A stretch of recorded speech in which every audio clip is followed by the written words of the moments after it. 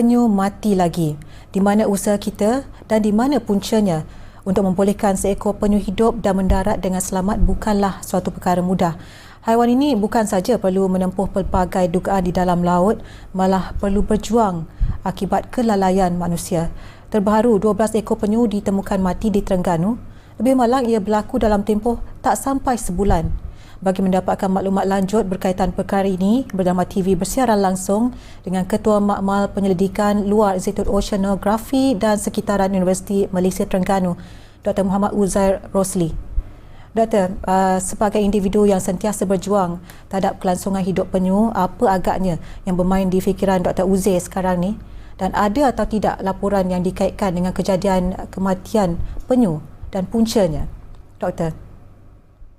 Baiklah, terima kasih Hanim.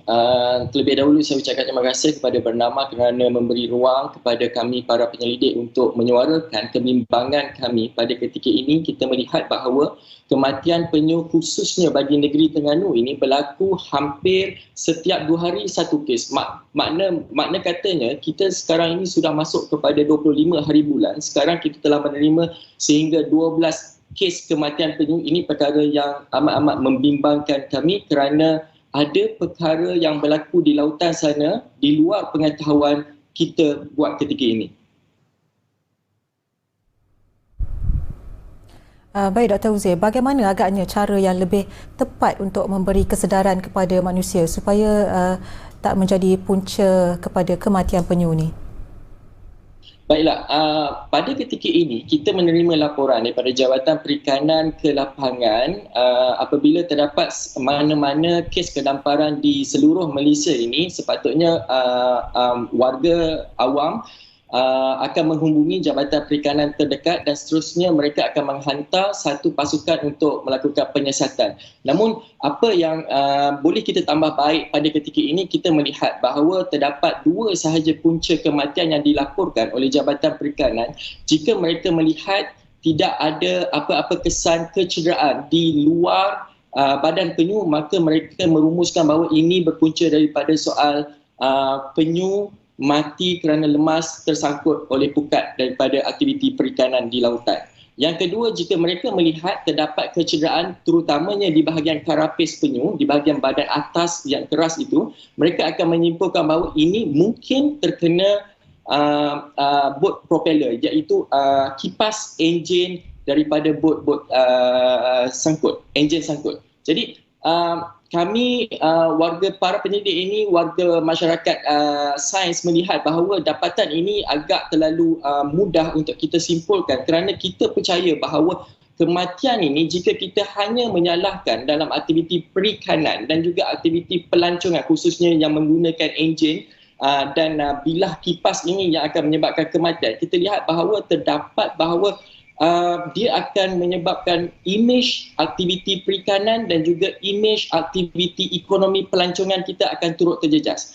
Maka sebab itu saya menyarankan bahawa pihak Jabatan Perikanan dan pelbagai lagi agensi yang mempunyai kepakaran untuk turut sama membantu Jabatan Perikanan sebagai satu pemegang taruh utama dalam menyiasat punca kematian sebenar ini, kerana saya yakin dan percaya terdapat banyak perkara yang di luar pengetahuan kita kerana penyu ini berada 90% kehidupan mereka di lautan lepas. Jadi usaha konservasi kita ini banyak berlaku di daratan sahaja.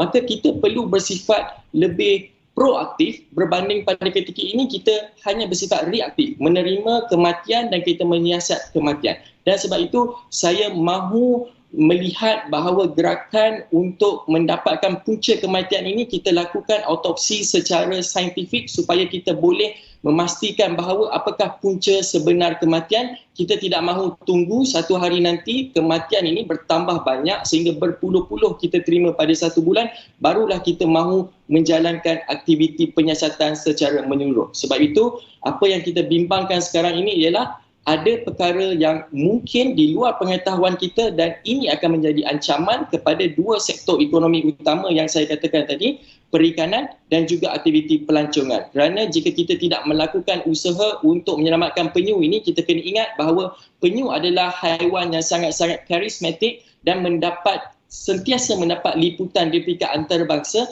dan akhirnya negara kita mungkin akan terpalit dengan imej yang negatif jika kita tidak mahu melakukan usaha untuk menyelamatkan penyu ini. Kerana ekonomi kita ini bergantung kepada perikanan dan juga pelancongan, kerana inilah yang akan menyemarakkan ekonomi khususnya bagi negeri Terengganu ini di pesisir pantai.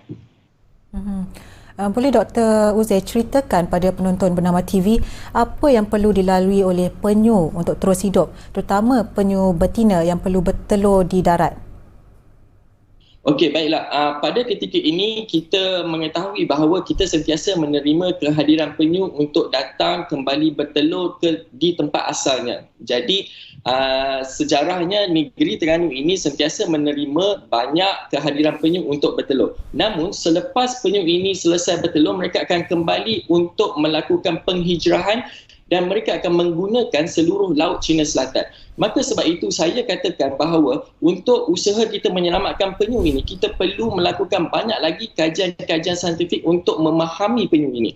Dan sebab itu sebelum ini saya juga mengatakan bahawa kita perlu menerapkan literasi lautan, iaitu pemahaman asas lautan dan juga kefahaman berkaitan dengan penyu ini kepada setiap masyarakat dan juga kepada penggubal dasar. Kerana kita telah melihat bahawa dalam isu ancaman harimau, kita mengambil contoh, dan juga ancaman kepada orang utan, dan jika penggubal dasar sendiri gagal untuk memahami perkara-perkara asas sains dan juga perkara asas di dalam satu aspek ekologi tersebut, maka kita melihat bahawa ini sebenarnya satu ancaman yang besar kepada populasi haiwan-haiwan terancam negara. Sebab itu saya katakan bahawa kita perlu menerapkan pemahaman sains, iaitu literasi asas berkaitan lautan, literasi asas berkaitan penyu dan juga haiwan terancam kita ini, bukan sahaja kepada masyarakat. Saya tidak bimbang kepada masyarakat kerana sudah ada ramai agensi yang terlibat untuk memahamkan masyarakat tentang perkara asas ini.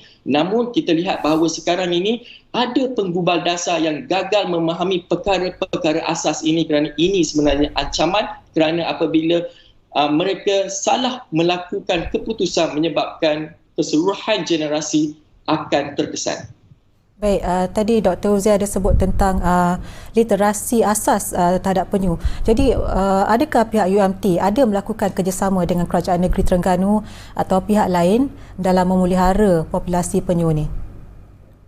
Baiklah, sememangnya kami di Universiti Malaysia Terengganu memang menetapkan sasaran bahawa kelompok-kelompok tertentu untuk kita melakukan usaha kita panggil outreach, iaitu temu seru untuk kita berhadapan dengan masyarakat. Jadi sekarang ini usaha-usaha yang kita lakukan ini kami percaya bahawa perlu juga disambut oleh pelbagai pihak. Kita tidak mahu melihat bahawa hanya beberapa pihak sahaja yang melakukan usaha ini dan akhirnya dia akan menjadi sesuatu perkara yang mungkin tidak mendapat perhatian di peringkat nasional. Dan saya juga menyeru bahawa daripada pelbagai agensi tidak semestinya kita bergantung harap kepada pihak kerajaan sahaja melalui Jabatan Perikanan, kerana kita tahu tanggungjawab Jabatan Perikanan ini amat-amat berat. Jadi saya menyeru rakan-rakan penyelidik daripada pelbagai universiti dan juga institut penyelidikan untuk kita bergabung tenaga bersama dengan Jabatan Perikanan dan juga pelbagai lagi agensi sektor korporat untuk turut sama terlibat, kerana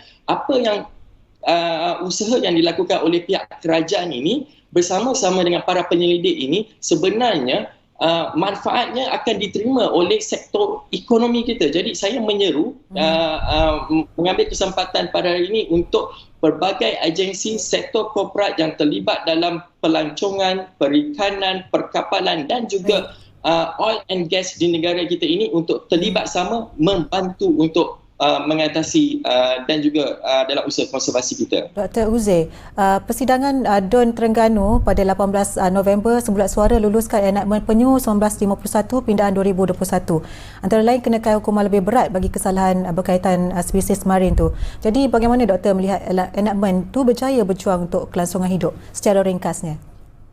Masih terlalu awal bagi saya untuk mengatakan bahawa keberjayaan ataupun tidak, kerana enactment ini akan mula dikuatkuasakan pada Jun 2022 ini. Namun apa yang saya mahu tekankan di sini bahawa usaha yang dilakukan ini, saya mengucapkan ribuan terima kasih sokongan penuh Kerajaan Negeri Terengganu untuk mengharamkan sepenuhnya penjualan telur penyu. Namun kena ingat 90% kehidupan penyu ini berada di lautan. Usaha kita ini mungkin terlalu kecil untuk menyelamatkan penyu. Jadi sebab itu saya memohon gabungan tenaga untuk kita bersama-sama memahami berkaitan dengan penyu ini untuk mendapatkan sokongan yang lebih padu. Bukan sahaja kita meletakkan beban tanggungjawab ini kepada satu pihak, dan sebab itu saya menyeru warga masyarakat, para pelajar khususnya yang aktif di media sosial pun sebenarnya mereka boleh membantu kami dengan menyebarluaskan mesej yang diutarakan oleh Jabatan Perikanan dan juga para penyelidik ini untuk kita bersatu memastikan kelestarian penyu untuk manfaat kita bersama pada masa hadapan.